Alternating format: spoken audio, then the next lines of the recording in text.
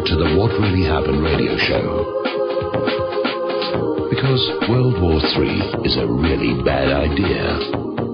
Here is your host, Michael Rivero. And aloha, America. Welcome to our show today. It is Wednesday, the 1st of July, 2015. We're into July. Independence Day is coming up on this weekend. We have got lots to talk about today. The phone lines are open, 877-300-7645, 877-300-7645. Tom is sitting in our control room, ready to answer the phone when you call on in. If you live in the state of Georgia, there's a whole new bunch of laws that take effect as of today, new gas tax and so forth. Some of them are good. They're trying to rein in the out-of-control red light cameras, speed light cameras, and so forth. And if you live in Georgia, you can buy fireworks for Independence Day. I am so jealous, I can't tell you. If you're in Georgia, you can get fireworks with which to celebrate Independence Day, the day we kicked out those British money junkies and their pet government. Here in Hawaii, we're allowed party poppers. This is it. This is all we are allowed to have here in Hawaii for Independence Day. And we're not allowed to even fire these off in the housing complex where we live. It's against the CCNRs. So, let's see. Now, yesterday, as you're probably aware, our show was cut off midstream. And they had to put on a replay. And what it appears to be linked to, because Tom in the control room was telling me they had problems all over the neighborhood, traffic lights weren't working, everything had kind of gone down. It turns out there's been an ongoing problem with some unknown party severing the fiber optic cables that represent the backbone of the Internet. And everybody's out there saying, see, this proves we have to protect our infrastructure and so forth and so on. Maybe they're leading toward, the government's going to set up a government-run Internet, which we all know would be a very, very bad idea, considering how wonderfully that the breakup of AT&T worked for the American people, not to mention Obamacare. There really isn't any profit to be gained from slicing a fiber optic cable, unless you own a company that makes and installs fiber optic cable, and then obviously you're going to be getting a call there.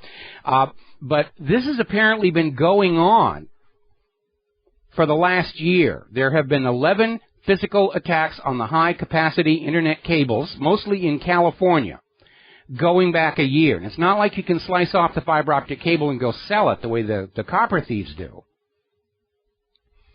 So somebody may be practicing or testing on how to paralyze the net ahead of the next big false flag attack.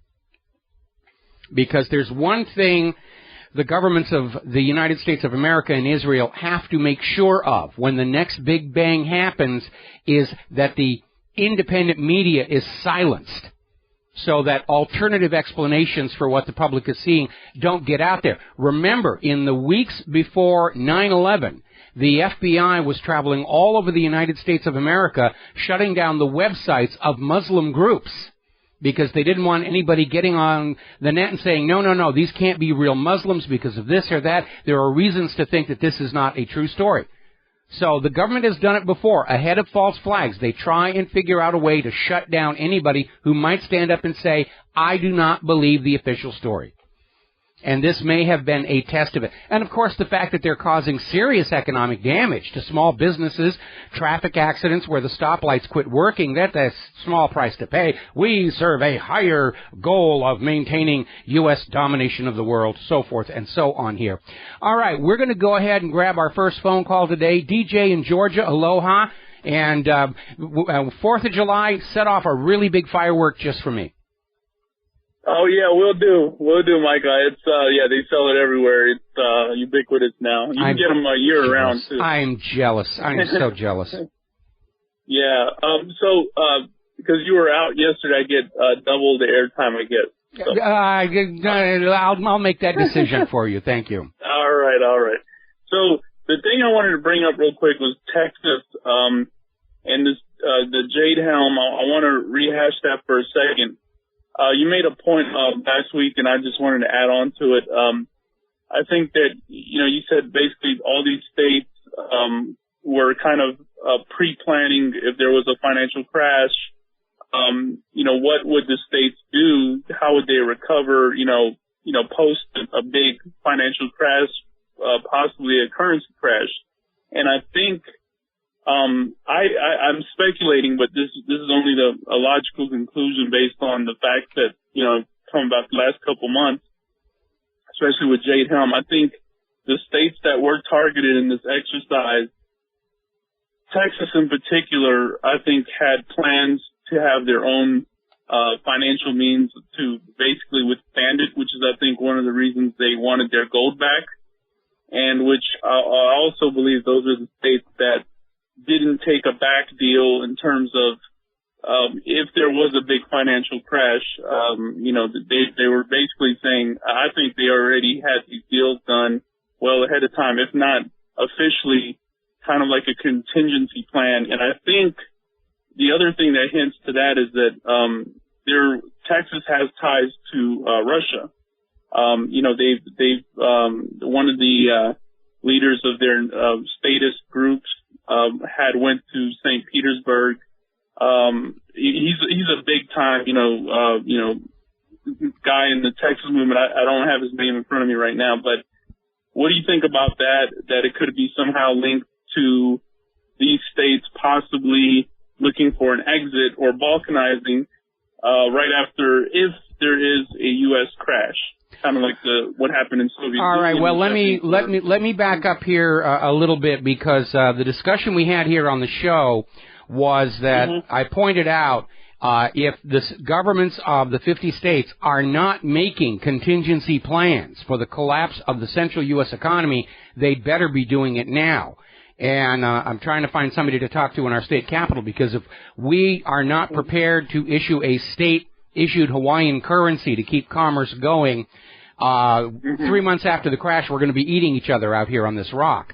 Now, that being said, I tend to think this claim that there's some kind of a link between Russia and Texas is being overplayed by the corporate media to demonize everybody in Texas who's standing up and saying that the United States is not well managed. Oh, well, you're working for the Russians, so we don't have to listen to you, kind of nonsense.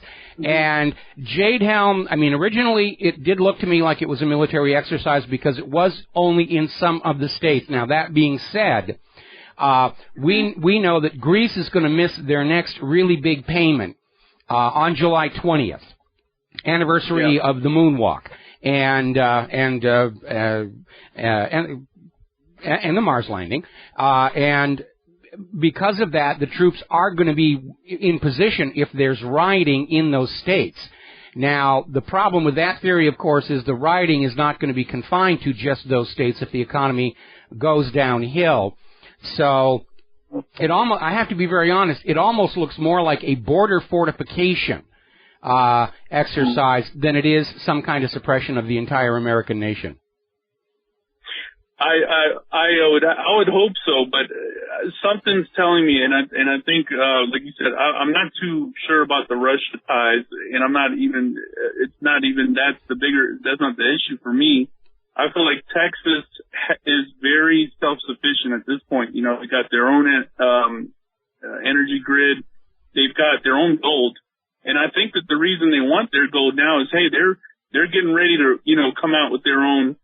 If something happened, the reason you'd want the gold in your own backyard is because if there was a currency crash or a big economic collapse in the near future, and like you said, which I thought was brilliant, they have to have contingency plans now, even if there's like a really low probability. Okay, well, I'm sorry to cut you off. We're coming up on a commercial break because you did run on very long in the airtime.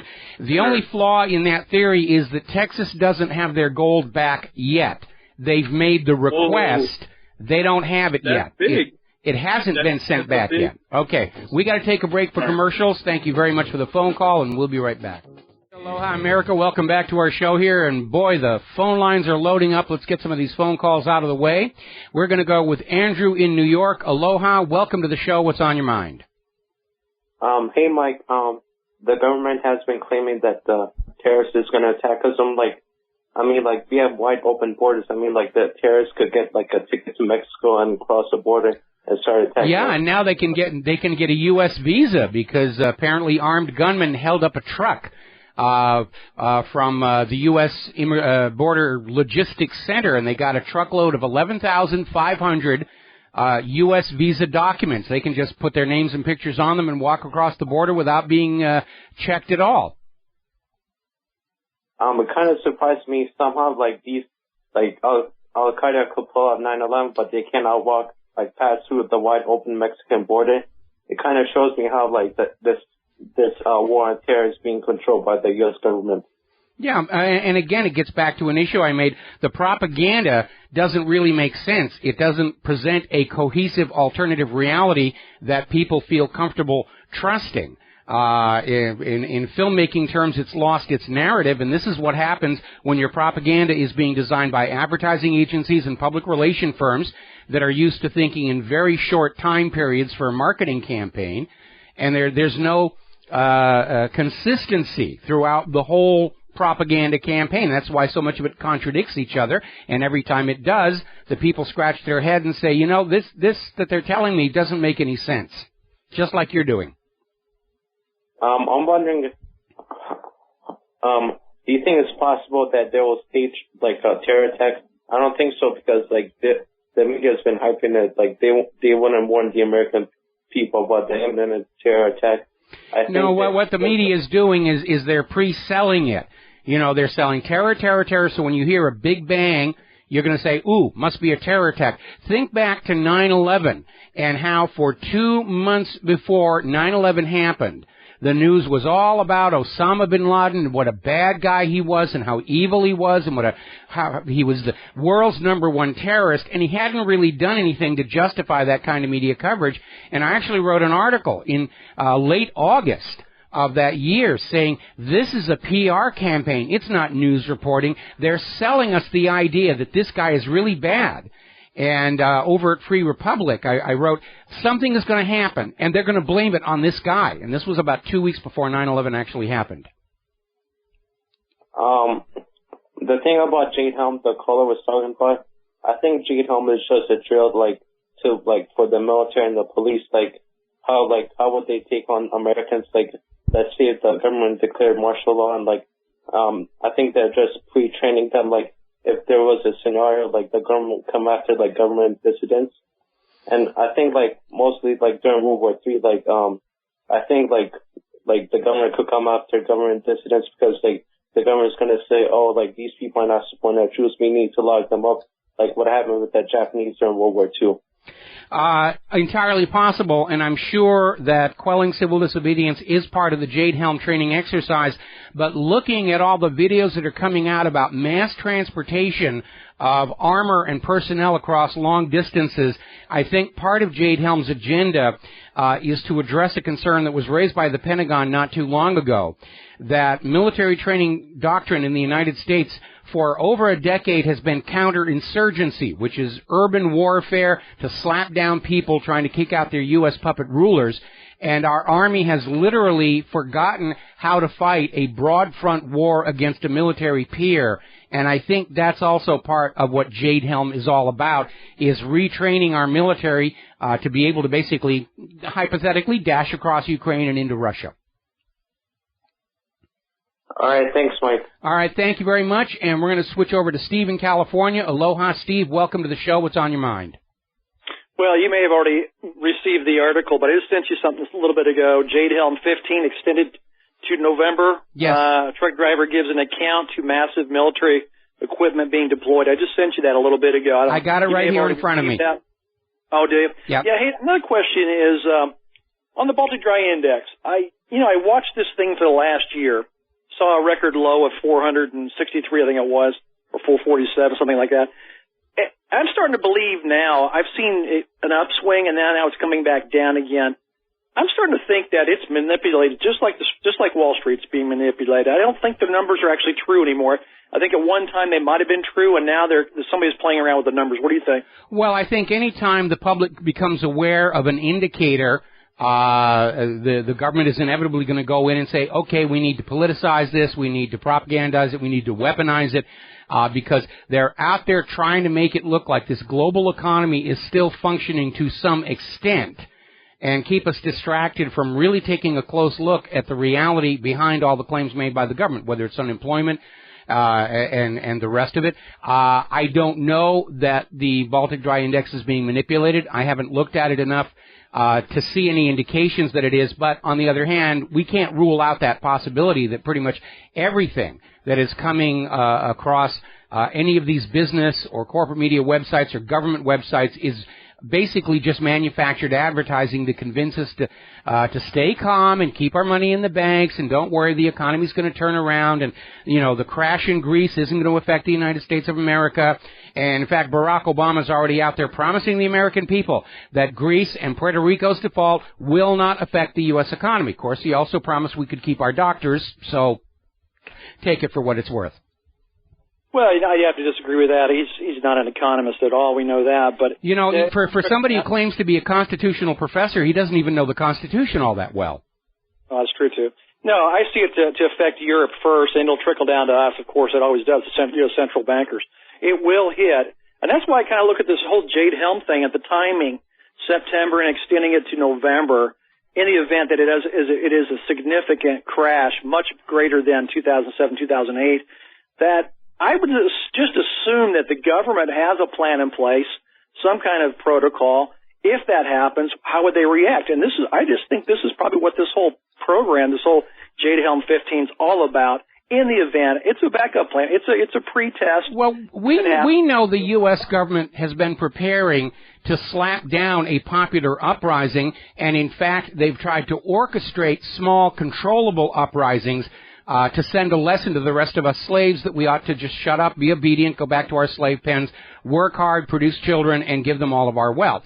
I think they've reached the point where they're really concerned about an uprising they can't control, that's not created by them as a PR stunt, and that, again, that's very clearly a part of what Jade Helm is training for. I agree. Okay? Hey, thanks, Michael. All right, we're going to let you go here. We're coming up on another commercial break here, and we got another caller waiting on the line. We're going to get to you just as soon as we come back from these words from our sponsors, so stay tuned. Aloha, America. Welcome back to the show. We're going to grab another phone call real quick. Chad in Canada. Aloha. Happy Dominion Day. Welcome to the show. What's on your mind?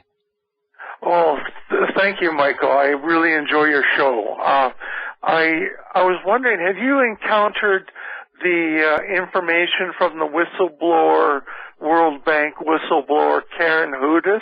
Yes, we posted a lot of it, over the last several months that she's been leaking that information out.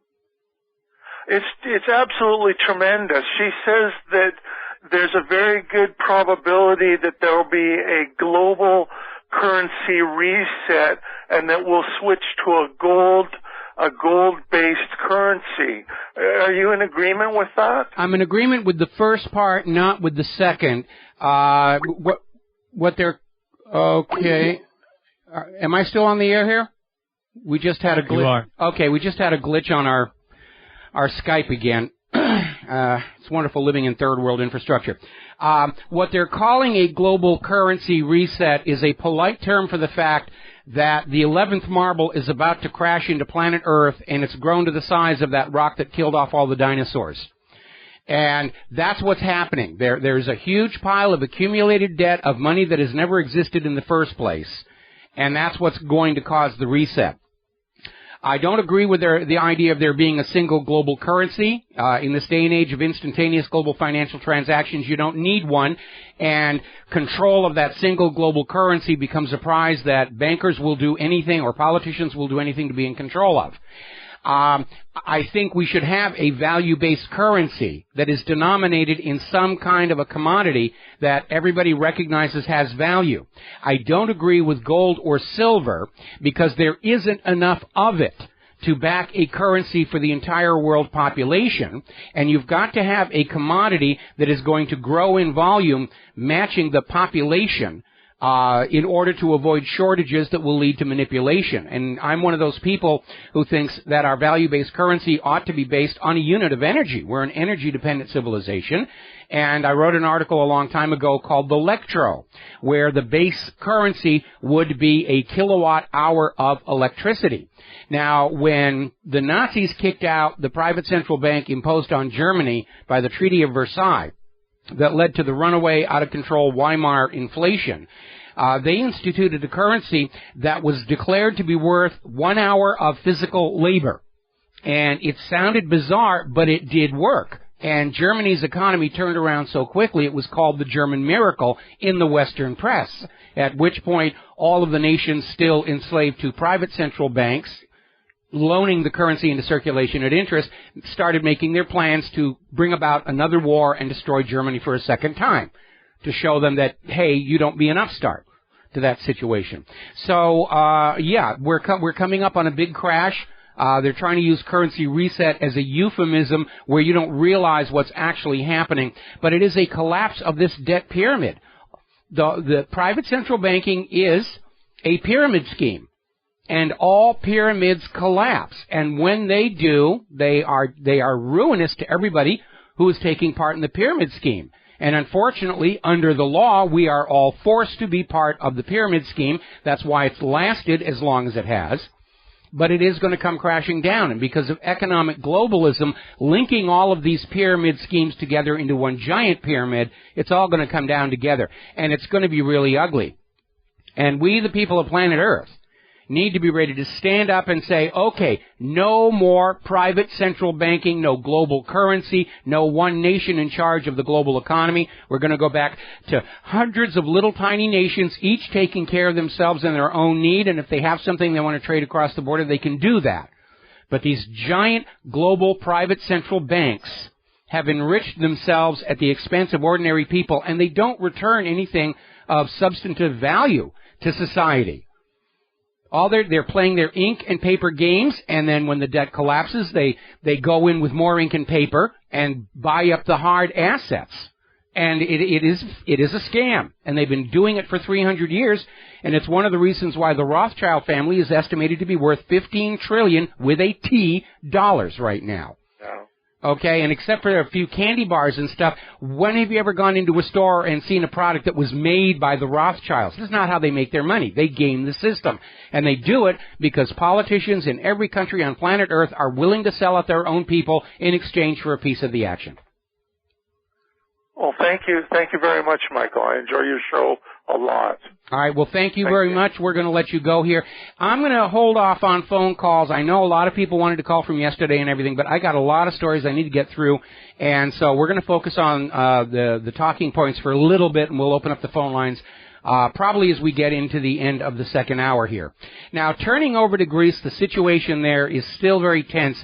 Greece is technically in default as of midnight last night when they failed to make a major payment to the IMF that was owed. There's another even larger payment due to the ECB on July 20th.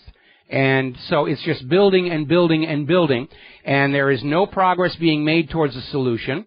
Over at Global Research that are pointing out that basically from the point of view of the money junkies, what they're describing as a negotiation is actually a demand for a complete surrender by Greece and its people to go back into the debt slavery system that existed under Tsipras' predecessors.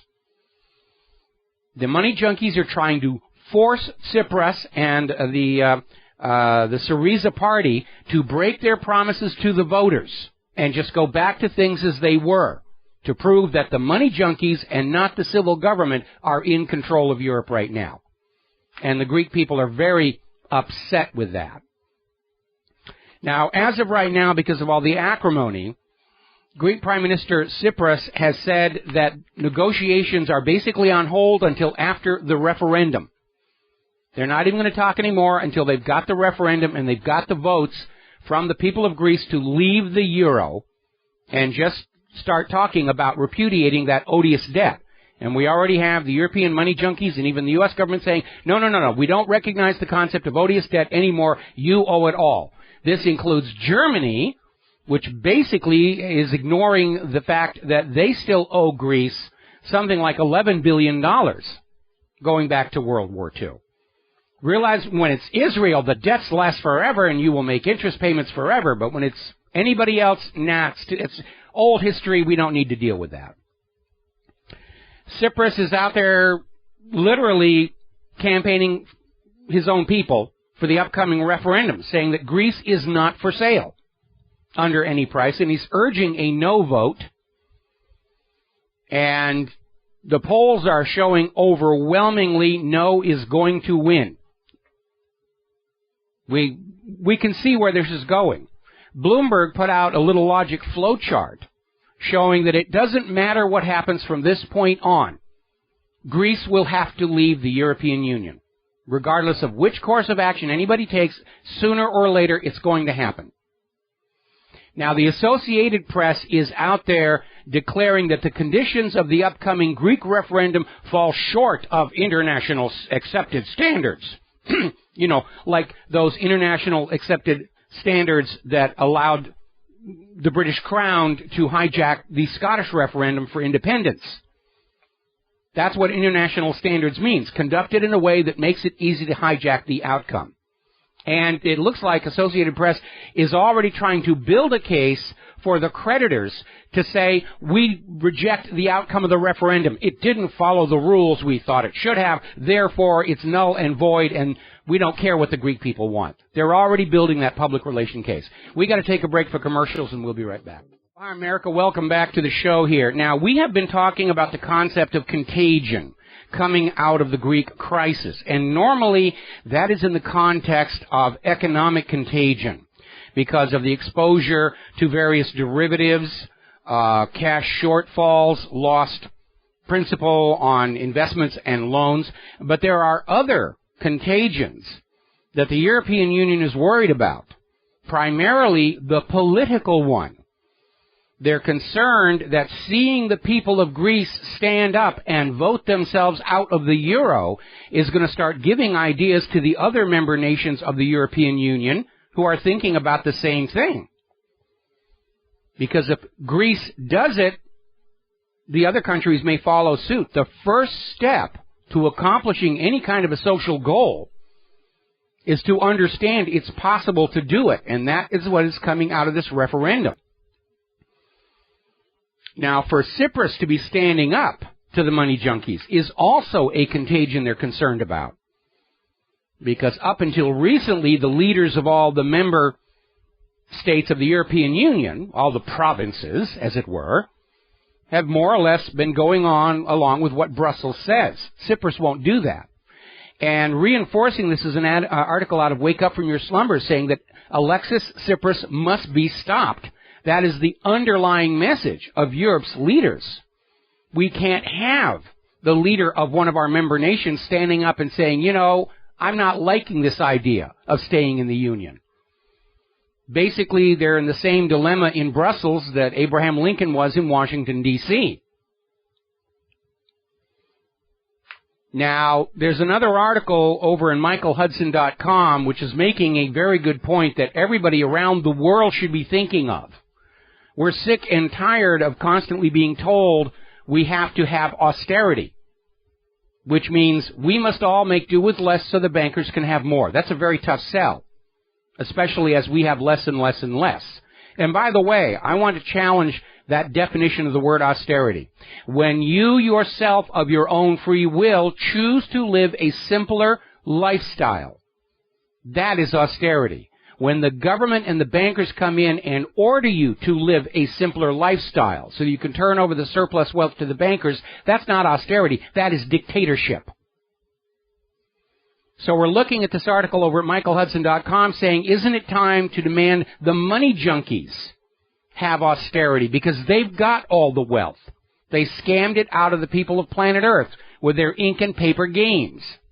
Their little private central banking money-making machine. If you're looking to cut global debt, you go to where the wealth actually is. Probably not going to go very far. The largest shareholder in Greece's third largest bank is out there saying social unrest coming. Studying foregone conclusions, I will grant you. But everybody understands what's coming. There's been another massive anti-austerity rally in Athens. And apparently the Greek pensioners are besieging the banks, trying to get money to live on. There have been reports of sporadic violence. There have been reports of a couple of banks having the front doors caved in by the crowd, who were shocked to realize that banks don't actually keep a lot of money inside. It's all inside the computers and stuff. All right, let's see. Now, here's where it gets really interesting. Story out of Investment Watch blog. Somebody leaked some secret IMF documents. IMF stands for International Monetary Fund, according to some, and International Mother to others. And it's basically saying all the austerity in the world will not change the final outcome. Greece will still have unsustainable debt. And what austerity does, when you're cutting money for infrastructure development, job creation, the debt grows faster. Austerity is the wrong thing to do. And by the way, all of these bailouts, all they're doing is pouring the money into Greece so that Greece can turn around and pay it back to the bankers. That's not going to change the final outcome either. They should be putting money into Greece to create new industries, create new jobs so that people can afford to pay the debt they're being told to pay. But the money junkies don't see it that way. They give it all. That's it. That'll fix it. And it never really does. But even the IMF is saying all the austerity and plundering of the Greek people is not going to change the final outcome. Even if Greece agreed to absolutely everything the ECB and IMF and the World Bank are demanding, it's not going to change the final outcome. They're admitting austerity isn't going to work. Why are they still pushing it? Well, because it puts more money in their pocket right now today. We got more money out of Greece today. We're off to Disneyland. All right, let's grab a real quick phone call here. Dustin in New Jersey. Aloha. Welcome to the show. What's on your mind?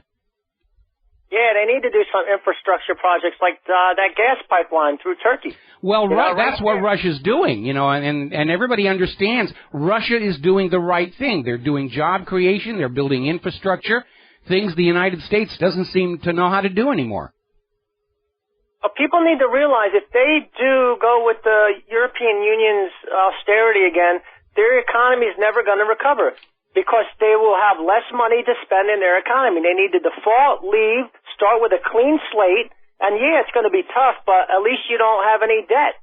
You'll still have debt, but not to the, to the ECB, which, it's just very easy to figure out. Leave the euro and go to the east. Russia and China will be very happy to loan them money and give them some infrastructure projects like China's given infrastructure projects into England. Yes, absolutely. Here's the situation. For any economic system to work, along with the money junkies and the politicians taking heaps of money out at the very top, the economy itself must be organized in a way where that money is going to eventually circulate back down to the bottom to where workers can trade their labor for decent wages and salaries in order to pump that money back into the bottom. That is the part that has collapsed in Greece and here in the United States of America. The money junkies have bought themselves tax exemptions and all the rest of that where they just take it out and keep it. And yes, they do spend it on personal luxuries and magnificent homes and very expensive cars, but there aren't enough money junkies and there aren't enough hours in the day for them to support an entire economy. But the U.S. government and the money junkies are out there saying, well, we're just going to go taking the money out of the top, and the people will figure out some way to create new wealth out of thin air and put it in the bottom. We can't create wealth out of thin air. We can't even create new money out of thin air. That's the private province of the Federal Reserve bank system, which is a legalized counterfeiting operation. Hey, Mike, I want to switch topics real quick and talk about Walmart having the new General Lee model kit. Yes. On the 27th of this month on their store shelves, which it takes about 2 weeks for a cargo ship coming from China. So how does anybody explain that one? I think basically it was already ordered and in the pipeline, and Walmart has just decided that they've had enough of this nonsense about banning that flag. Yeah, it's very weird. Like, there's a lot of weird stuff going on. I mean, I don't know. Well, it's all distraction. It's all distraction. We're going to be talking about that Confederate flag thing here in just a little tiny bit. Dustin, I'm going to let you go here because we've only got a couple of minutes till the news break, and I want to try and squeeze in one more phone call before we break for the news here. So, Glenn in Pennsylvania, aloha. What is on your mind? Hello, Mike. About the Greece situation. It's one thing if they were to default, but if they want to go the way of Iceland and stuff, aren't they eventually going to have to reissue their own currency out of their own treasury, just like we'd like to see the U.S. do? We're hearing even now that the Greek government is printing up new drachma notes just in case. They can't throw their bankers in prison while they're part of the European Union because their Greek courts are subordinate to the European Union courts who love the bankers and are going to protect the money junkies as much as they can. Once Greece leaves the European Union, they're free to grab those bankers who are still within their own borders and throw them in prison. And they should. Oh, yeah. It'd be interesting to see if this all this blustering on the part of Lagarde and stuff, if somebody calls the bully out, here's an interesting thought. They could consider pinning their currency to the Russian ruble or the Chinese yuan. Oh, boy, that would be absolutely amazing if they did that. That'd be a very smart move on their part. And by the way, little reminder here, okay? Christine Lagarde gets paid almost $1 million a year she doesn't have to pay taxes on. The Federal Reserve Bank in the United States pays no taxes on the trillions they've made off of you other than the property taxes for the land underneath their bank buildings. That tells you the real nature of the government of the money junkies, by the money junkies, and for the money junkies. We got to take a break for the news, and we'll be right back. Aloha, America. Welcome back to our show, hour number 2. And the corporate media is out there wagging terror at us all. CNN was out there screaming about how New York City is on a heightened state of alert for the coming 4th of July weekend because those people down in Georgia who are now allowed to buy fireworks are going to come up and they're going to set off sparklers all over the city and chaos will reign.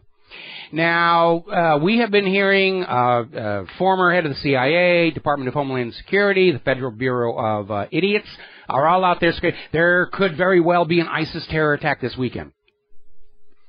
And they're basically telegraphing that somebody somewhere is seriously considering a false flag. Now we're hearing that the FBI has set up these command centers all across the country to prepare for possible terror attacks on the 4th of July holiday weekend. They're setting these centers all the way up. Don't know where they are, except that somebody supposedly from ISIS just published a map of all these FBI command centers for the terror attack, which, yeah, we're sure ISIS actually has that information. This is propaganda coming on down here. Now, apparently, federal agencies are sending out warnings to police departments around the country, be ready for a terrorist attack. And the FBI has canceled all vacations for agents over this coming weekend. They're wagging this really hard. Now, they've got themselves in a bit of a corner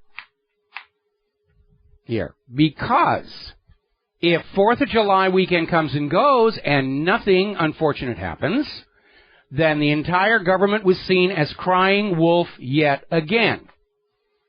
If something major does happen this weekend, it will be seen as yet one more proof that the CIA, FBI, Department of Homeland Security, TSA, NSA can't actually protect us from acts of terror. And if we want terrorism to end, we should stop messing around with other people's countries. So they're darned if they do and darned if they don't. Because if there is some kind of an attack, even those people who believe the official story that evil ISIS people went down to Georgia and bought fountains and set them off in the front lawn of the White House are going to say, well, doesn't this prove that all this spying on us and a violation of our Fourth Amendment rights doesn't work? Let's go back to the Bill of Rights. Let's shut down CIA, FBI, NSA, all of these alphabet soup agencies, shut them down, convert the buildings into public housing for the poor, send these former spooks out to do real work, like maybe repairing the roads, rails, and the rest of it, and our fiber optic cables, and get some actual value for our tax money instead of all this constant booga-booga that's going on. Now, getting on back to Greece here, the corporate media is still out there trying to convince you that somehow the people of Greece deserve it. They're lazy, they only work 10 months of the year, they get paid for 14, they retire at 25, and they lounge around cafes all day drinking ouzo. And it's all complete nonsense. It's all complete nonsense. This is blame the victim propaganda. Now, one of our callers mentioned earlier about Greece pivoting toward Russia, and it's certainly a possibility. I would not rule it out. Russia is acting very mature in terms of global finance. Look at the way they treated Cyprus. As of right now, according to Greece's finance minister, Greece has not formally applied to Russia for financial aid. Putin is helping Greece by awarding them the contract for the construction of the Turkish Stream pipeline. He's creating jobs for ordinary working people. He's not just creating money out of thin air and giving it to his fellow cronies in the banking system so that their ledgers look good, which is the Western solution to this whole mess. Now, Paul Craig Roberts, who I have a great deal of respect for, is out there saying that literally Greece can save the West. Remember the other day we were talking about Greece is the cradle of democracy. Greece invented this idea of people running their own country for their own benefit as they saw fit. And Greece, once again, is standing up against those who want to rule the planet to turn it into a giant money factory for themselves. The money junkies, the New World Order, the global reserve bankers. The Greek crisis is not just about finance and debt. The debt is what the empire uses to subdue and destroy sovereignty throughout the Western world. Look at those TPP treaties that are destroying our sovereignty in the name of trade and banking and finance. Now, over in Ukraine, there are major protests taking place in western Ukraine, over near Kiev, Poroshenko's home court. And they're out there saying it's time for the United States to get out of Ukraine because those people of Ukraine understand that what's going on in their country has nothing to do with Putin and Russia. It was all started by the U.S. coup d'etat, January of last year, that has plunged this nation into such suffering. And they want the U.S. out. That's a growing trend around the world for the people of all of these nations. Whether they're under U.S. puppet rule or merely a target for U.S. puppet rule, the common theme is U.S. get out, U.S. go home. Now, there's a very interesting article in Russia Insider pointing out that the situation in Ukraine has basically revealed to the world that the European Union has no political spine. They simply go along with whatever the United States says. Even though the ordinary people of Europe are absolutely terrified that this is leading to a new world war that will be fought on their front lawns. And they are not happy about that at all. All of these politicians in the European Union, like Hollande, Merkel, Cameron, they know they're supporting the side of the aggressor, of the conqueror. But they're just going to go along because, unlike Cyprus, they don't have the courage to stand up to the money junkies and say, look, what you're doing is going to wreck the entire planet for everybody, the money junkies included. Now, Russia has finally shut off the gas supply to Ukraine. Kiev failed to make an advance payment for July. That was Russia's deal. They were going to sit on the existing gas debt. But if if Ukraine wanted more Russian gas, they were going to have to pay as they go in advance. Kiev did not make the payment for July. Russia has shut the valve. Kiev is now saying, we're not going to buy any more gas from you. Where do they think they're going to get it? Europe doesn't have a surplus. There aren't enough liquefied natural gas carriers to support Ukraine from the United States. They just don't exist. Poroshenko is losing it. He's mentally unstable, and another indication of that is coming out of Russia today, because apparently Poroshenko was interviewed by the Italian newspaper Corriere della Sera, where he came out and he said, Putin has 200,000 Russian troops in Ukraine. 200,000. Would you believe it? 200,000. And nobody is believing it, because there's no evidence to support it. OSCE isn't seeing it. Even the people in eastern Ukraine, they're not seeing it either. Poroshenko just upped the ante. We used to be, only a couple of weeks ago, there's 9,000 Russian troops inside eastern Ukraine. They've got the Klingon cloaking device so you can't see them. Now it's up to 200,000. Ukraine's Federation of Employers, one of their largest business groups, is calling on Poroshenko to have the entire Kiev regime resign. They want him out. They want them gone. They want the U.S. puppet ruler out. We're hearing rumors that the U.S.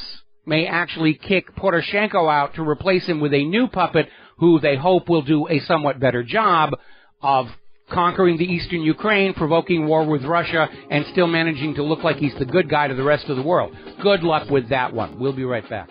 Hi, America. Welcome back to the show, and we're going to introduce a new term of craft here. I would like to say it's original with me. It isn't. It's from Russia Insider, and it's called Russophrenia. This is opposed to Russomania, where you're hopelessly in love with Russia, or Russophobia, where you're terrified of Russia, which seems to be spreading like wildfire all over Washington, D.C. and the corporate media. Russophrenia is like schizophrenia. You're not exactly sure what's going on. There seem to be multiple personalities or aspects. And the article is basically pointing out that the propaganda about Russia is not consistent. Remember what I said earlier. The problem with the U.S. propaganda campaign is it lacks cohesiveness.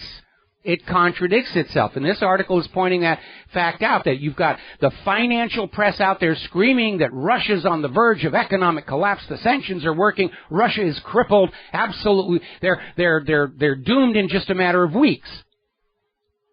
And then you have them propaganda coming out of the government and the military saying Russia is stronger than ever before. They're going to take over the planet in a matter of weeks if we don't stop them. Now, the two do not line up. And that is really, at heart, what has gone wrong with America's propaganda campaign.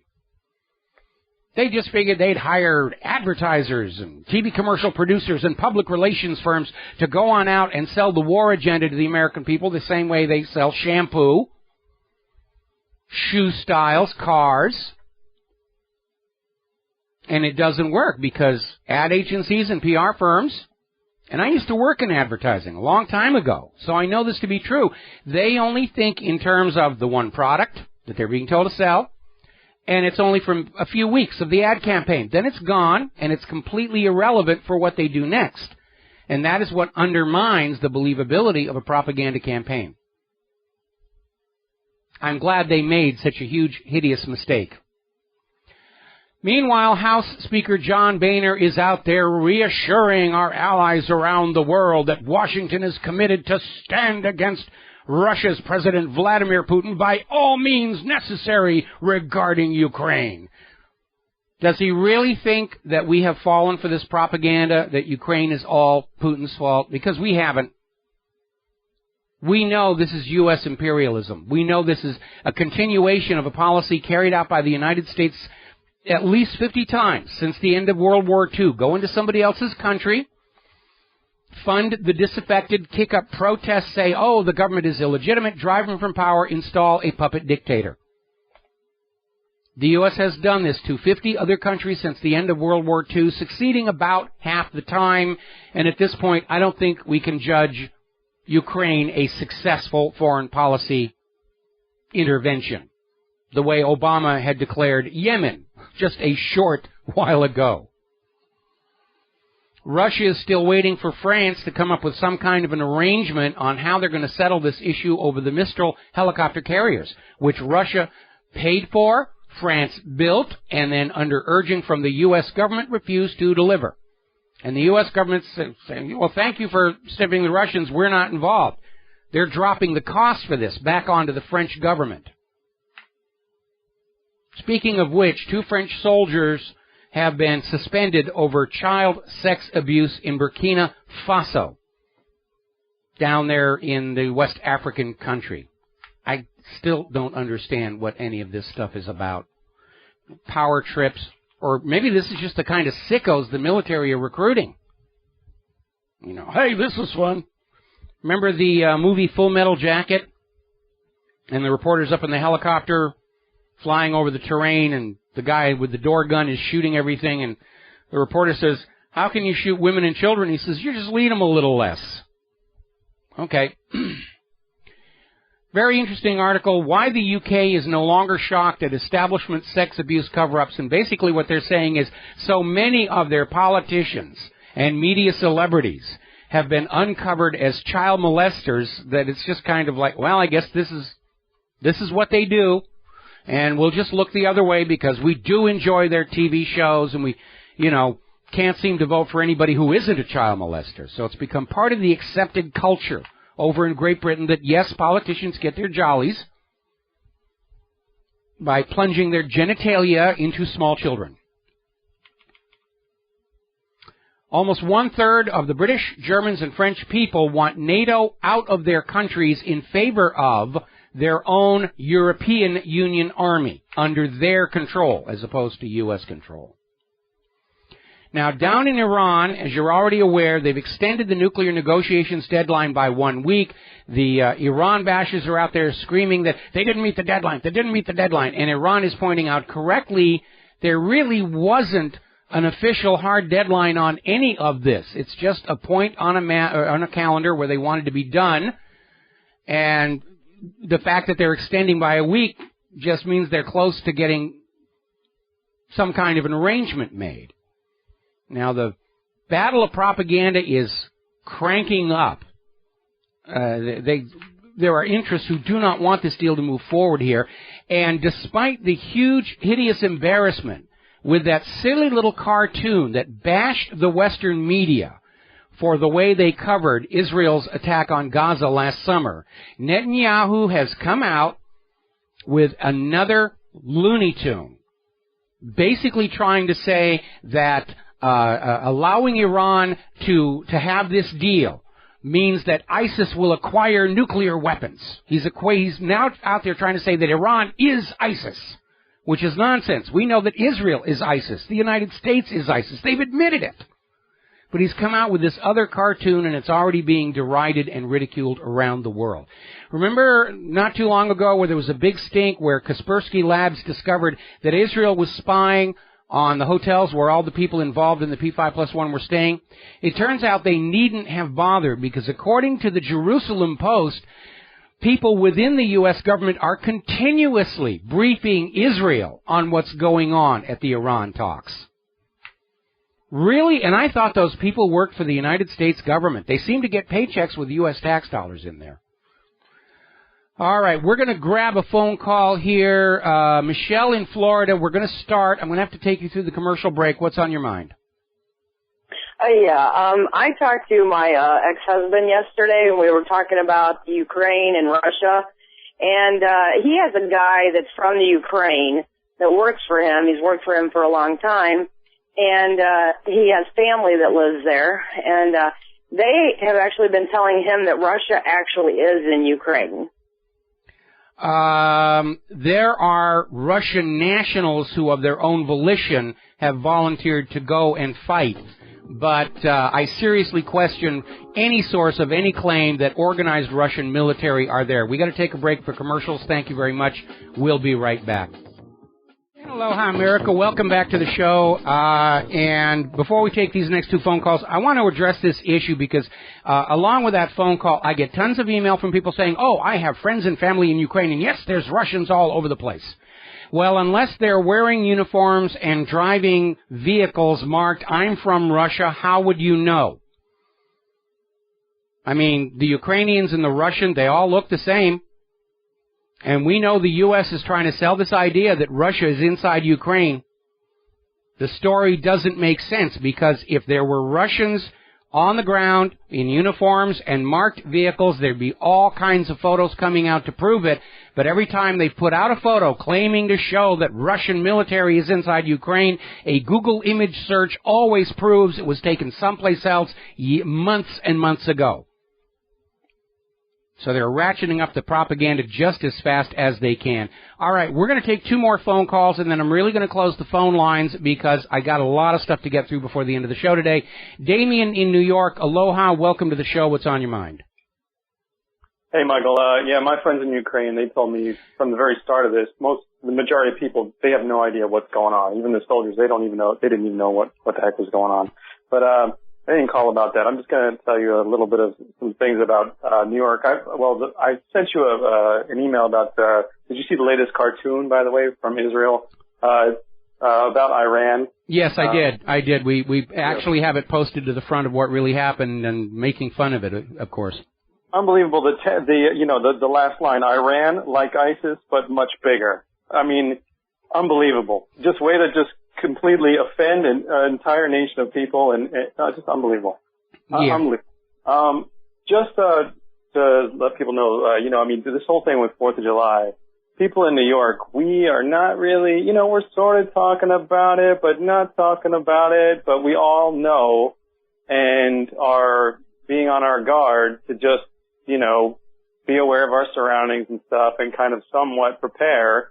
And for the most part, a lot of New Yorkers are kind of staying put in their neighborhoods and not going, near some of the bullseye areas, as my sister likes to call them. Even people in the higher, corporate chain and everything, people know. They are taking this seriously. And I'm seeing a lot of things, little glitches. And, your show yesterday is an example. I mean, that's where you are, but I'm seeing a lot of little glitches with banks and technology, and almost as though, they're doing some sort of test or something like that, or maybe they're backing some things. I don't know. I'm just saying it's very kind of interesting that all of these things are happening at the same. Well, let me cut you off here for your rambling or on like this, because we've talked many times on this show about the possibility of a virtual terror attack where the U.S. government will crash the financial system computers, blame it on Russia, Iran, China, whoever, and then say, gee, we almost had the economy turned around here, and the crash is all now the fault of somebody else. They're going to shift the blame onto somebody else and use it to start a war. So that could be a big part about what all this cutting of fiber optic cables is. They're basically testing how to bring the system down in a terror attack that takes place in cyberspace, in the virtual world, but the end result will be the same. It's the fault of the Iranians. It's the fault of ISIS. It's the fault of the Russians. It's the fault of whoever, and try and whip up the war fever that way. I would hope that the people in New York understand, especially from the huge number that I encountered on the 10th anniversary of 9/11, who were convinced 9/11 was a U.S. government op. I would hope that they have the same degree of skepticism about the official story today. They do, by and large, and that's exactly what I was getting at with what you were saying. I've called and I've talked about that too. They're looking for a way to be able to do something and be able to say, this person did it, and make it extremely hard, if not impossible, for anybody to say, oh, well, all right, well, I guess we're taking your word for it, but like we talk about all the time, we know better. All right. Well, listen, Damien, thank you very much. I got another call I got to get through here. It's a very busy day. Thank you for the call. And we're going to switch over to Raven in Germany. Wie geht's, mein Freund? What's up? It geht good.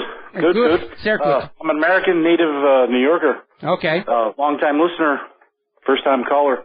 I was calling about Greece, and what a lot of people are missing here is Greece is being set up. The people of Greece, right? Yes. What's in the media, a lot of what's coming out of the media over here is the German government really isn't sweating the Greek referendum, what's coming up. And what it's looking like when you go to like Zero Hedge and you compare all these news outbursts, what they're bringing is, I'm pretty sure the Greek people are getting set up because the Greek government is making it clear they're not going to leave the euro. And they're going to... That may be what the German media is saying, but that's what the referendum is basically all about, because if the Greek people vote against the latest demands by the central bank, the central banks are going to cut off all financial support. Greece won't have any choice but to issue the drachma and leave the euro. And again, I'm going back to this flowchart that Bloomberg put out saying from this point on, it doesn't matter what anybody does. Whatever course of action they take, if you follow it to its inevitable outcome, it is Greece leaving the euro and possibly the European Union as well. Now, Tsipras is trying to play politics by reassuring the leadership of the European Union that he doesn't want to leave the euro in the EU. But by throwing it into a referendum, it's not really his decision to make anymore. Yeah, but the propaganda media over here, it's just as bad in the States.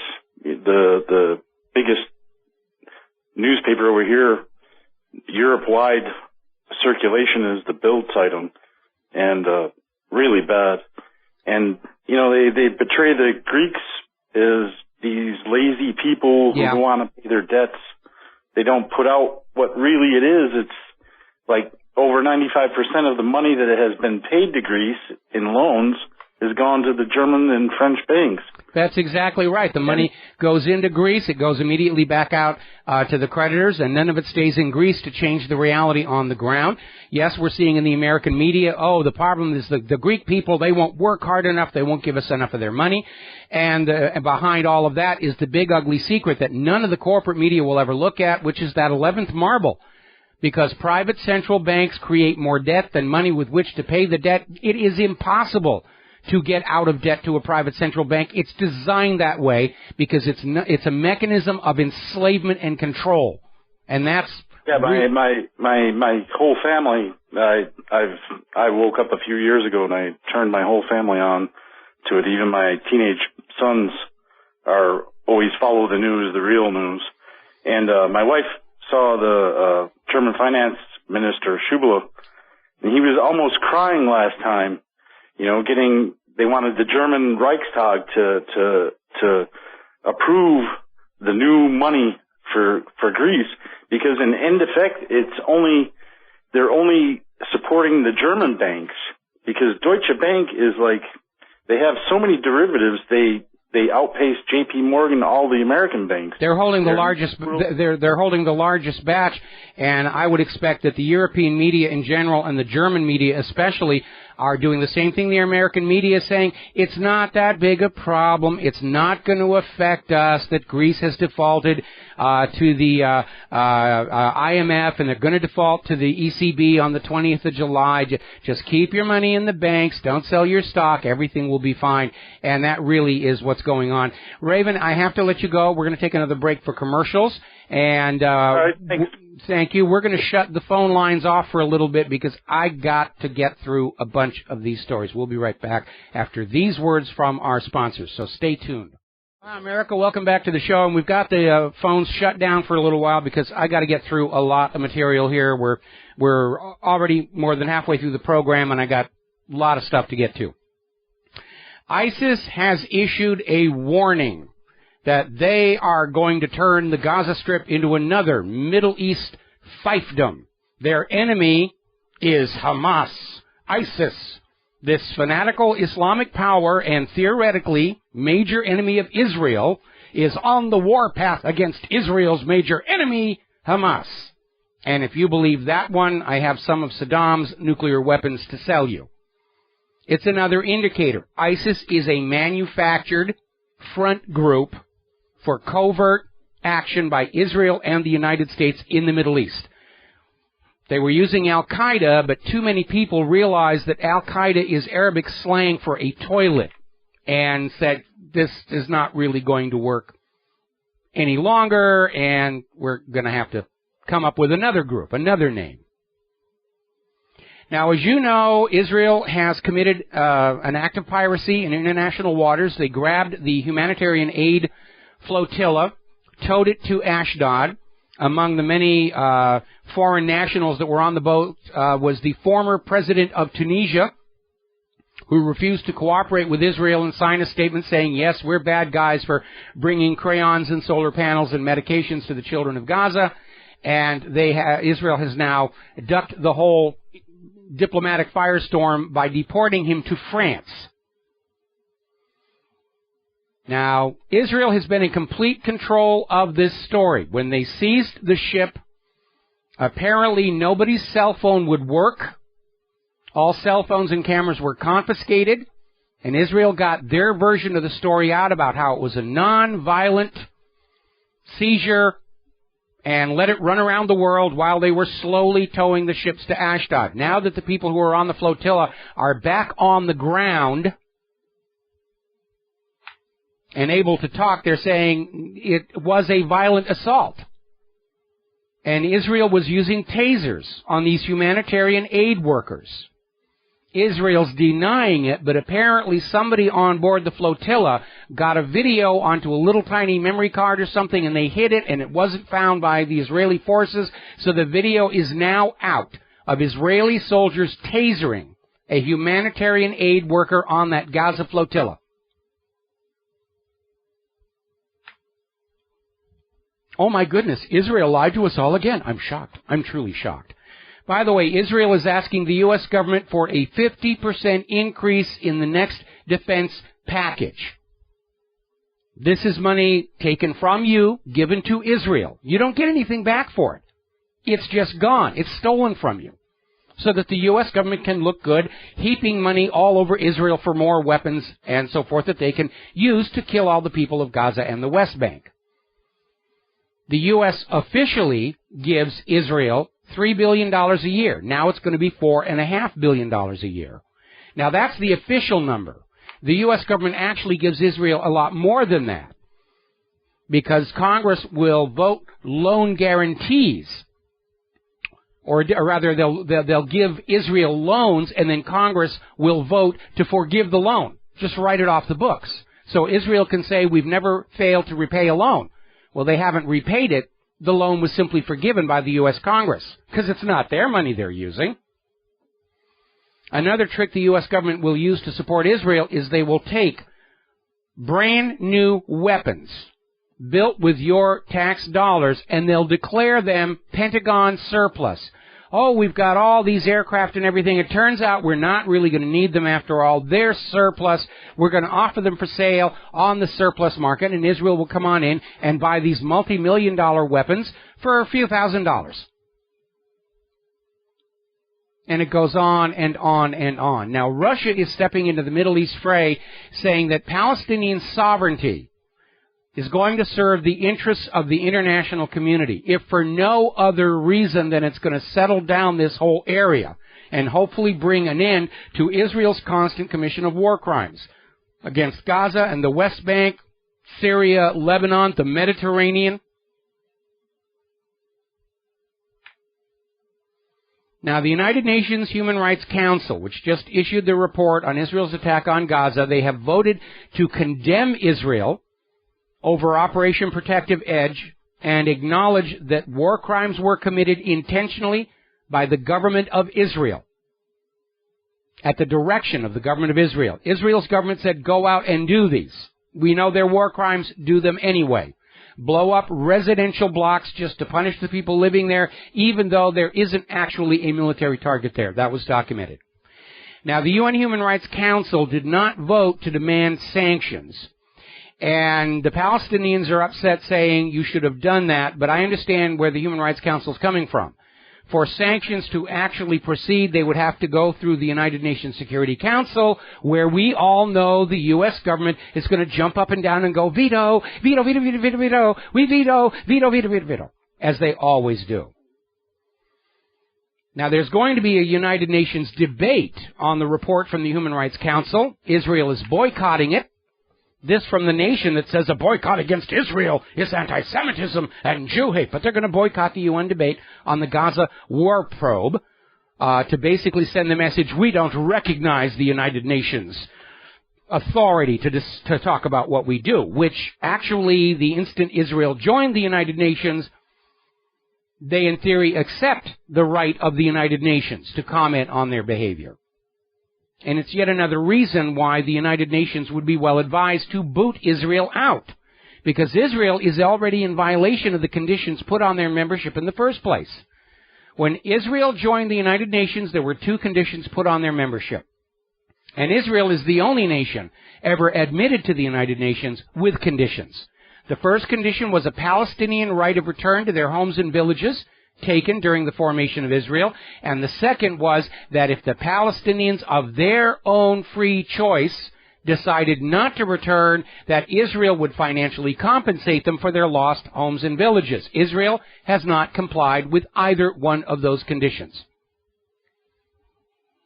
Now, despite recent statements by the White House, the reality is that the friction between Israel and the U.S. is continuing to grow.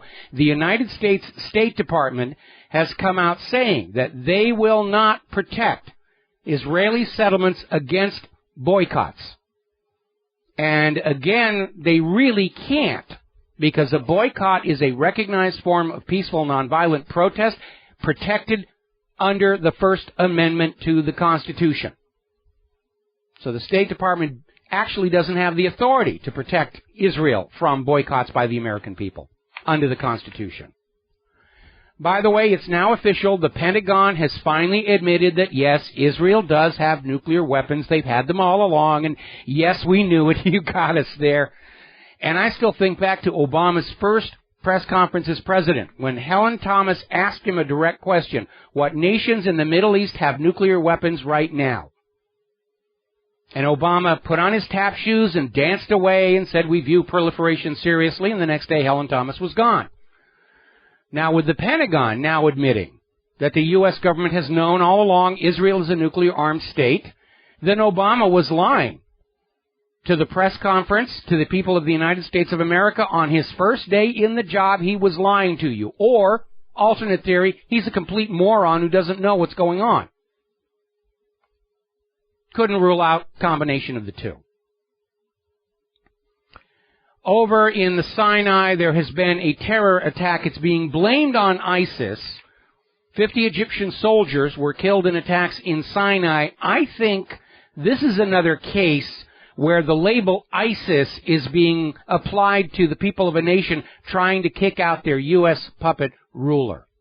I think that's what's going on.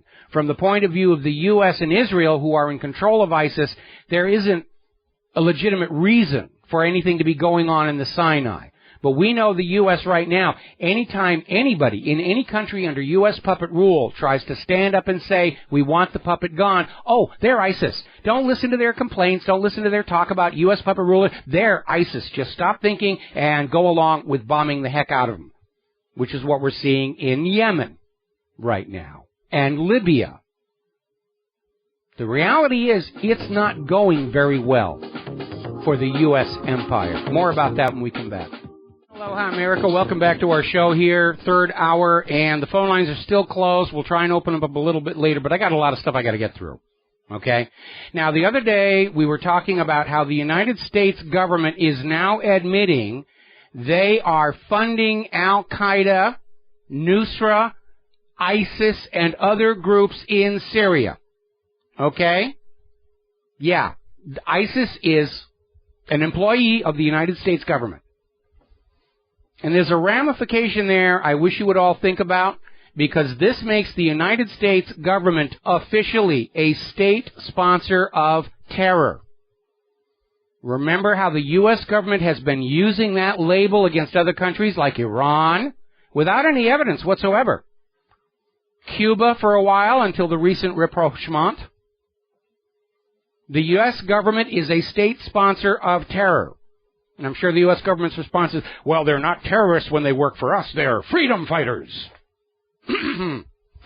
Now, apparently up in Afghanistan, their people are starting to understand that the reason opium has come back in abundance into their country since the U.S. puppet government was installed is because the U.S. government, in particular the intelligence agencies, make a huge amount of money off the opium.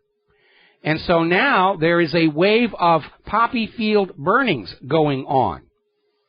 When the poppies were first planted, Allied forces were actually guarding them. We have posted the pictures on whatreallyhappened.com of the opium poppy farms being guarded by U.S. and Allied troops. And apparently the guards have been pulled back, and as a result, there is now a campaign to burn the poppy fields. And of course, it's being blamed on ISIS. Those gosh darn ISIS, they're opposed to opium, so you should go down to your nearest CIA heroin dealer and stock up for the 4th of July holiday weekend. But that is going to be a major blow because the CIA relies on that money to do things outside of Congress overview. They've been doing it all along, bringing heroin back from Vietnam, cocaine back from Central and South America, now opium coming back from Afghanistan. Now, last June 28th, over the weekend, marked the 6th-year anniversary of the U.S.-backed military coup in Honduras, part of a repeating pattern. That was when the democratically elected government was outed by a U.S.-backed, U.S.-trained cabal of generals and right-wing politicians and landowners. Basically escaped the notice of the American corporate media. Gee, I wonder why that was. And as a result, and as is inevitably what follows the installation of a U.S. puppet regime, life for the ordinary people of Honduras has become a living heck. Now, oddly enough, this has surfaced from the Trans-Pacific Partnership. The U.S. Senate voted for an amendment for the TPP that would make it difficult for countries that engage in slavery, yes, it's still out there, to join the Trans-Pacific Partnership. Makes sense. We're all opposed to slavery, right? Right? Apparently, President Obama isn't. Obama is, by virtue of his new fast-track authority, not going to include this anti-slavery clause in the Trans-Pacific Partnership. Because we want to do business with countries that have slave labor, because we can get manufactured products from them for bargain basement prices. They're only being paid 12 cents a day. And here's the irony. Obama takes out the anti-slavery clause of the TPP, then turns around and attacks the Confederate flag as a symbol of slavery. It's bad. It's out there. And this thing has just gone completely out of control. And by the way, I was listening to that commercial for the Confederate flag place. I almost feel like buying one just to make the point here. Now, TV Land has just dropped reruns of the Dukes of Hazzard TV show because the car had that flag on the roof. Next, it'll be reruns of Gunsmoke, because I found it, or somebody sent me a clip that I put on my page of a scene of Gunsmoke, and there's that flag hanging in the background. Oh, we can't look at the flag. If we look at the flag, our eyes will explode. So what are they going to do now? Ban Margaret Mitchell's Gone with the Wind? Oh, wait, I'm sorry. The Nazis already did that, didn't they? Just think about that for a minute. They're banning all this stuff here in the U.S., and now we're getting overlap with the Nazis. The Nazis banned the movie Gone with the Wind. They claimed it inspired the French resistance. And here is where things get just a little bit Twilight Zone. Because you know that red flag with the cross blue stripes and the white stars? That was never actually the official flag of the government of the Confederacy. It wasn't. It appeared briefly as a naval ensign for the Confederate Navy. Probably flew it over the CSS Hunley before it sank. But it was never adopted as the official flag of the Confederate government. It's popular because it looks cool, but that was it. It's not really the flag of the Confederacy. Popular culture has portrayed it as such, but historically it isn't. The Confederacy had a number of official flags. That was not one of them. It's a wall decoration. And they're out there, oh, this flag has got to go. Little historical correction we've talked about. We mentioned last week that there were black slave owners in the antebellum South. And it turns out that, yes, blacks served in the Confederate Army. And we even have a photo of some of them on the front page of whatreallyhappened.com. This is all being manufactured for political gain or a distraction. You're being conditized. And a lot of it's fake. There's a story out of the Gateway Pundit. Remember that big stink about how the Confederate flag was hung from the memorial of black soldiers? Oh, it's shocking. It's hateful. And they finally figured out who did it. Harvard Medical and MIT student Stephen Alsop admitted to hanging the flag, the Confederate flag, on the sword of one of the soldiers of the memorial to black soldiers. Stephen Alsop is himself a black activist. It's a fake hate crime to get you all riled up and think there's a problem between the whites and the blacks.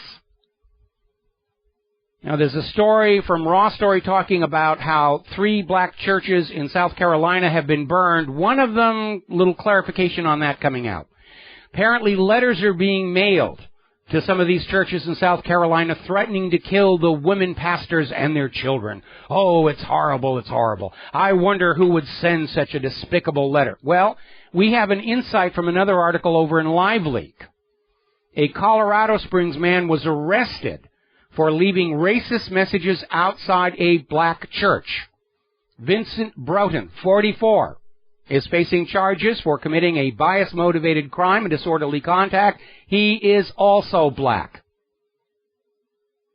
Some of the signs that he posted outside the New Covenant Church had references to the KKK and read, "Black men beware, you are the target," and it was put there by a black activist. Now, this whole issue about black churches on fire, and you heard this on SRN Newsbreak, and what they're telling you on the Newsbreak is we're ruling nothing out and looking at all options.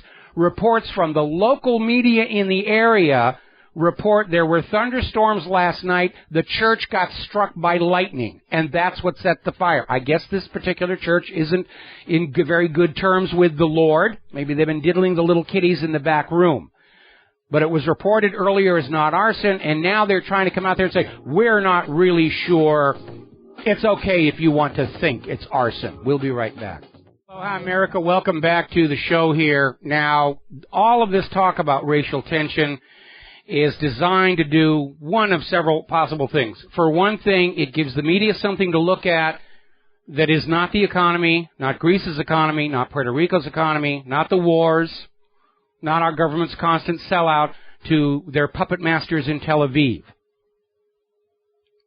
It keeps the American people divided against each other, and there's nothing new with this. Back in the 1960s, the FBI's COINTELPRO program worked to build racial hostility between the whites and the blacks so that they would not unite together in the common cause of demanding an end to the war in Vietnam. This is old school public manipulation that they're playing. And, of course, it gives candidates an issue to run on next year. Now, the Democrats know they are in trouble at all levels of the election next year. They need an issue they can run on against the GOP. We're going to end this racial hostility, and we'll end it by stopping the paychecks to all these people we've hired to go out and cause all of these problems. That's what's going on. Now, there is an interesting little video that was over at LiveLeak where there's a black American who's basically coming out and saying the problem isn't the white people, and it isn't the black people, and it's not the flag. It's the tension and hostility that is taking place in the southern states is from the influx of the illegal immigrants who are coming in, being given preferential treatment by the U.S. government, taking away jobs, using up limited precious resources. It says if you're looking for racism, that's where it is, and there's cause and justification for the hostility. So let's talk a little bit about Hillary Rodham Clinton, because as you know, the State Department has released more of her emails on paper, so the committee has to read through them all. They can't search with electronic means. And it hasn't really helped, because this latest document dump is just providing more damning evidence against the former Secretary of State and would-be presidential candidate. Reading the emails, there are glaring cases of obvious incompetence on her part in her job. They're trying to reclassify some of the emails. One of the things that has come out is that, yes, in point of fact, the State Department did know she was using a private email server. Something else that has really come out is the role of Sidney Blumenthal, who we know was being paid huge amounts of money out of the Clinton Foundation so-called charity, although now it's come out that they never filed the paperwork to be recognized as a charity. It's being run as a for-profit corporation. It just has foundation in the name. That's the extent of it, and it's done single-digit percentage actual charitable work for publicity's sake, and the rest of the money is just being funneled to friends, including Sidney Blumenthal, who was acting as an advisor to Hillary at the State Department, and originally they acknowledged that he had provided some information about Libya. The new emails are showing that Sidney Blumenthal played a huge role advising Hillary Clinton at the State Department. And the reason this is a big stink is because the Obama administration rejected the idea of Sidney Blumenthal being part of the State Department. And that is Obama's State Department. It's not Hillary Clinton's State Department. And Obama gets to say who is and who is not an employee at the State Department, who is or is not an advisor. And Hillary went around behind his back, got her old buddy from Arkansas days, Sidney Blumenthal, to come on in and be her advisor. And buried within the emails is one that could really sink her campaign, because the new emails confirm Hillary Clinton did have classified files on her private email server. Remember when she finally got around to testifying before the Congressional Committee?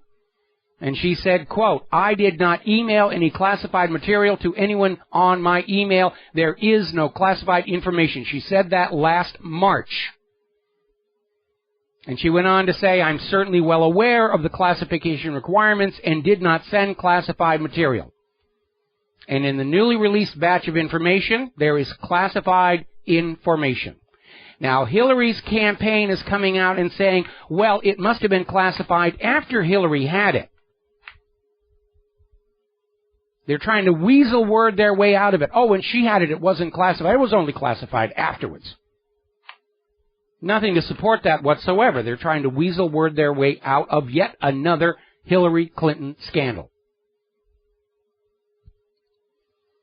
This is what Petraeus lost his job over. And in his case, he just shared classified information with his lady friend. And he was hounded from office. And security experts have pointed out, Hillary Clinton's private email server was not secure. It was wide open. Maybe that was intentional. Maybe some of the money pouring into the Clinton Foundation was sort of a license fee to go onto her server and just help themselves to classified U.S. government documents. For Israel or whoever else is meeting the paycheck, whoever meets the fee, we don't care who we sell the tickets to. Just buy a ticket, help yourself to the goodies. Just completely out of control. Okay, let's see. I'm going to skip on down because we're running out of time. And I'm going to go ahead and open up the phones for the rest of the show. But we've got a lot of stuff to cover.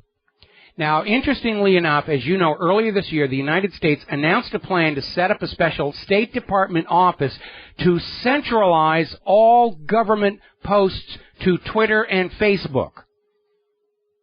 In other words, anything that's on Twitter and Facebook supporting the U.S. government position is bought and paid for, propaganda paid for by your tax dollars, and all coordinated through the State Department office. Now, over in Great Britain, there's a big stink because General Sir Richard Barons came out with a statement, the West is losing the Twitter battle, which is true. We cheated. We're using the truth. That gives us the unfair advantage. And he basically came out and said the only way to win on Twitter is we are going to have to lie. They're admitting they're lying on social media to trick you into going along with what they want you to go along with. They're admitting we lie to you. But if you're a loyal subject of the crown, you will believe the lies. If you're a loyal American, you will believe the lies. You will act as if everything we say is the truth handed down from on high and the imaginary playmate in the sky. They're admitting they're lying to you to support the war effort. Why would you believe anything that they say now? We'll be right back. Aloha, America. Welcome back to our show here. We're going to go ahead and grab a phone call. John in Barbados. Aloha. Welcome to the show. What's on your mind? Aloha, Michael. Yeah, I want to talk about Iran, really, and this P5+1 deal. Yes. What I want to do is caution Iran, because you can't trust America. And you can't trust Israel. How long will it be before America starts drone killing Iranian women and kids? Well, Israel's already said if the P5+1 deal is signed, that they reserve their right, they claim to have a right to go in to Iran and bomb their civilian power station the way they did Iraq's power station. And when they bombed Iraq's power station, they did it under the excuse that we know they're building bombs in the basement. And when international inspectors went in and looked at the remains of the power station at Osirak, all they found was a power station. But Iran's going to just do it all over, Israel's just going to do it all over again with Iran. Well, I mean, they're drone bombing people in Yemen, they're drone bombing people in Afghanistan, and these are all Islamic peoples, and they don't expect a backlash. Are they kidding? Are they stupid? Well, I think they are. Well, no, they're not stupid. They're just caught up in their political ideology and their agenda, and they're basically hamstrung, if you will, by the official beliefs and declarations. They all know it's a joke. They all know it's a bunch of lies, but by mutual accord, they conduct all of their decisions and their procedures as if the official story is the unquestioned truth, and they can actually find themselves very trapped by it. Well, I think they're going to find themselves quite trapped by this nonsense that's going on in Ukraine. I mean, even the Western Ukrainians now are in revolt against the U.S. puppet. And it looks like that Russia will bring this administration to a dead stop. Wait a minute, John. Russia is not bringing this administration to a dead stop. This administration is bringing this administration to a dead stop. When the U.S. government sold this nation and its people into the slavery of that private central bank 100 years ago, the eventual doom of our nation was signed, sealed, and delivered. Well, what I mean by that, by bringing it to a dead stop, whatever they're trying to get Russia to do, Putin just says no. And it's the first time a major nation has said no to the U.S.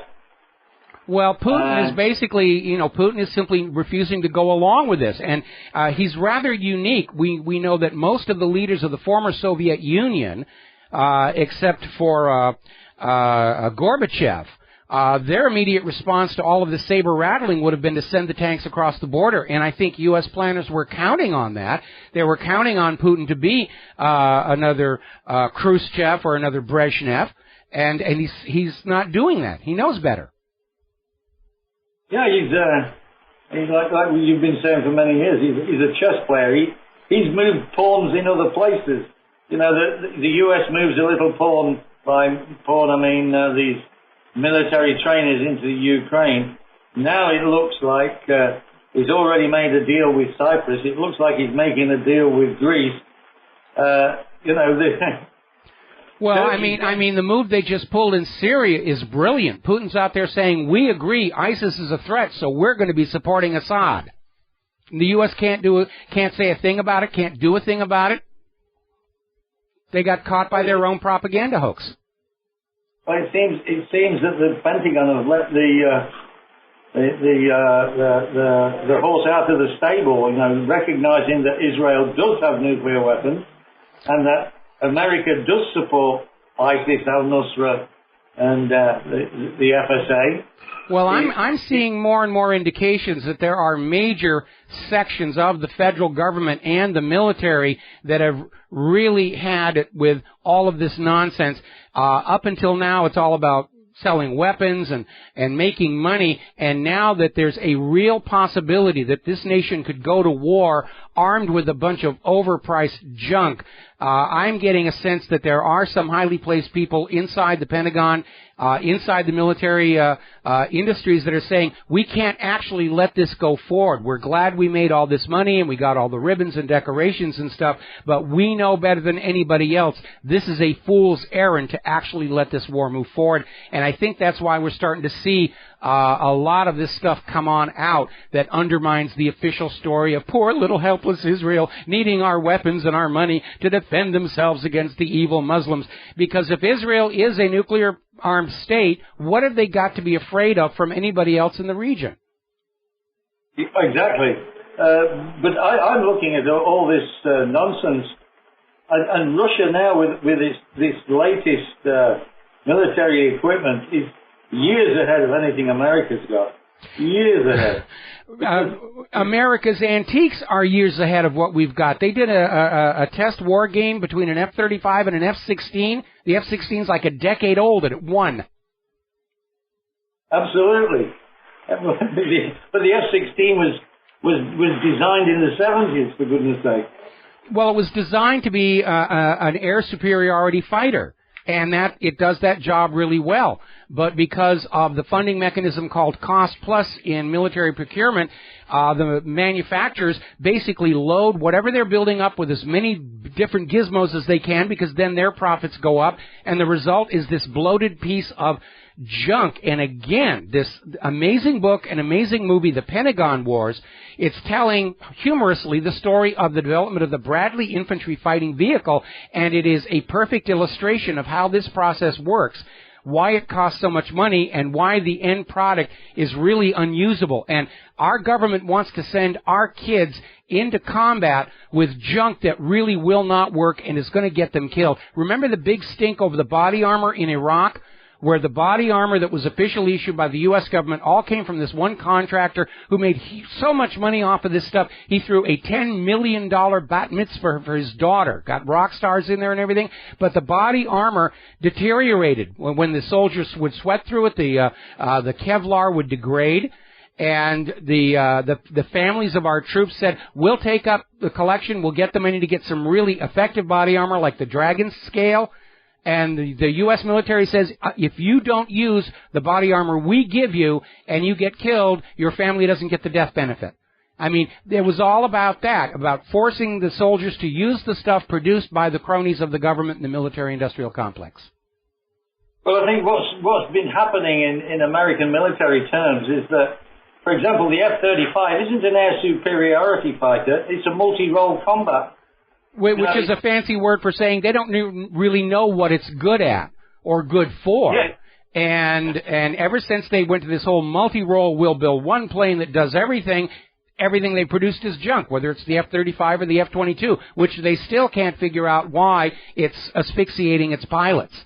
And the operational ceiling of the F-22 has now been lowered, and they're telling the pilots you can't go above that, which means the enemy aircraft, which can get higher, they've already got an advantage in terms of energy in the event of an aerial conflict.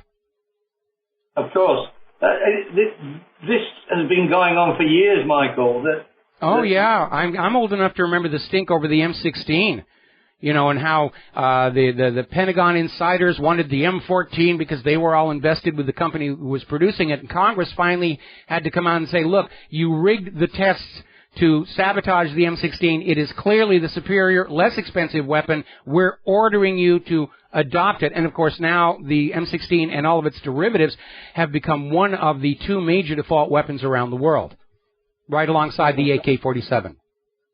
But this is all military and foreign, because the military is so tied up with American foreign policy. No, the American military is tied up with American corporate profits. That's why this is a problem. If the U.S. military were tied up with foreign policy, we'd be building and buying cost-effective, efficient weapons. That's not happening. Russian. Okay, we got to let you go, John. Thank you for the phone call. We're going to be back with the last segment of our program after these few words. Hi, America. Welcome back to our show. Last segment of our program today, and obviously the Internet stayed up and connected for the program. Huzzah, huzzah. Worth celebrating on that one here. I got a lot of material here. Obviously, I'm going to be taking most of it into the show tomorrow. or we're going to have the talking points read by that guy on the commercials who talks really, really fast at the end. He might get through it all by the end of the show, but I'm not going to try and do that. Now, as you're probably already aware, the secret U.S. FISA court has authorized the resumption of bulk phone spying on you, the American people. This despite the illusion that Congress had put a stop to this.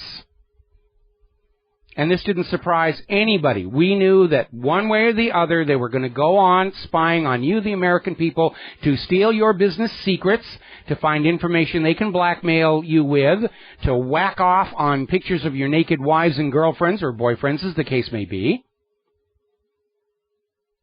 and to make sure that all Americans are not thinking those double plus ungood thoughts that make the government people have nightmares at night. They're not about finding the computer criminals. The computer criminals are all over the place, and it stimulates the economy when you have to buy radio-shielded wallets and anti-spyware stuff on your computer, which is wide open to the crooks because the NSA made it that way. And it's not about terrorism. And again, as we go into this July 4th weekend, with everybody going nutso about the threat of a terror attack, over at INFOWARS, they're out there reporting that FBI agents are now telling all their friends and families, stay home, don't go to any events on the 4th of July. Something big is going to happen, which is going to cause tremendous financial harm to those venues. And they're going to feel really angry about that if the 4th of July weekend comes and goes and nothing happens. And if it does happen, it's the U.S. government doing it. It always is. But they're going to go on spying on you because they're afraid of you. I smell panic coming out of Washington, D.C. and Wall Street. They don't know what else to do. What they're doing worked for so many decades. They didn't ever think about another way to maybe run the country. They're oblivious to any other possibility, such as state-issued value-based currency. Oh, we can't have that. The holy religion of private central banking says anybody who favors state-issued zero-interest value-based currency, they're a heretic. They must be burned at the stake, or at the very least we'll shoot them, which is what they tried to do to Andrew Jackson. And getting on back to the computer issue, there is a new malware that is infecting routers. Now, for those of you who don't know what I'm talking about, if you have a computer, multiple computers on your home network plugged into your internet service provider, the box where all the computers come together and then go to the internet service provider is the router. And it, too, has a computer chip inside. And there is a new malware that is infecting router to router to router. Most of you will never actually look inside what's going on inside your router. But the malware is stealing passwords to your bank accounts and who knows what all else. And by the way, if you do have a router, they're saying that put your own password on there. Most people who buy a router, and this is true, they'll come home, plug in the wires, turn it on. Hey, it's working. That's all I got to do. And the malware is apparently relying on people leaving the default passwords for the routers, which are known. It's all over the net. You can go to the web and say, what is the default password for a Super Wizzo 4-channel Wi-Fi router? And it'll come up and say, the default password is idiot. And that's it. So make a point of changing your router's default password. Zuckerberg is out there promising that Facebook's new AI will be better than humans. And Muskback Group is conducting a study, the risks behind artificial intelligence. I say we give it a try, because we don't have much of the natural kind around here.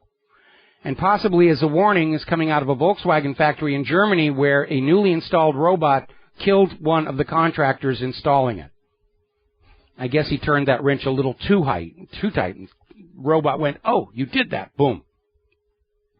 Now, speaking of artificial intelligence, which everybody is rushing forward to come out with something that they can claim is artificially intelligent, and I almost feel like asking Siri, are you self-aware? But I'll get some glib pre-programmed response. Google has this automatic photo software that goes around all the pictures that you have on your websites and provides automatic tags for them. And they had a huge embarrassment when this software tagged some black people with the tag gorillas. So the artificial intelligence still has a long way to go. Google apologized for the mistake, said they're not being racist, and they have temporarily solved the problem by removing the tag gorilla from their list of potential tags. Alrighty. Now let's see.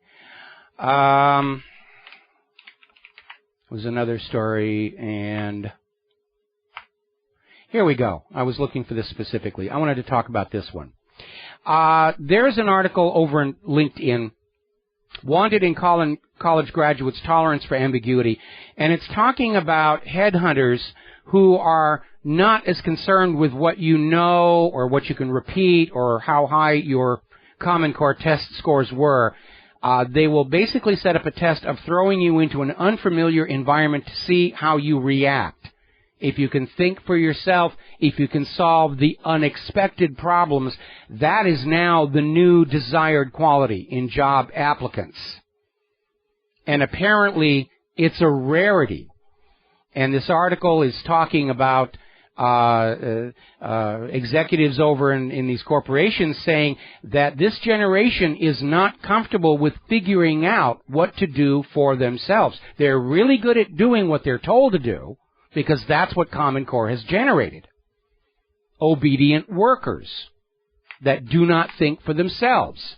Now, I grew up in a generation where figuring things out for yourself was encouraged. Go on out and solve unexpected problems. That was a value skill.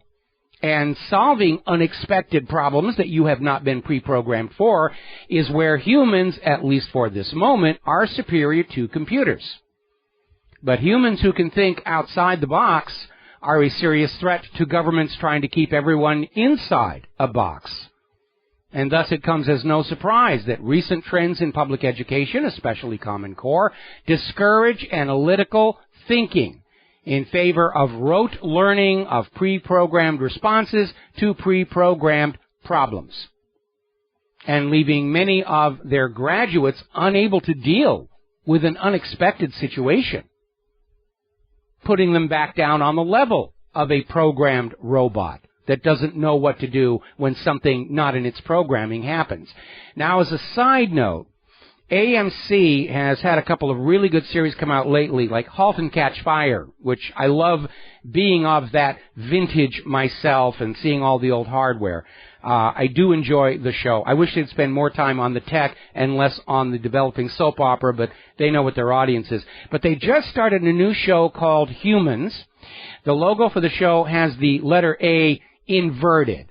And I watched the pilot episode. It is very well written. Now, the main plot line is rather trite and obvious. Bad scientists trying to recapture escaped experimental advanced robots.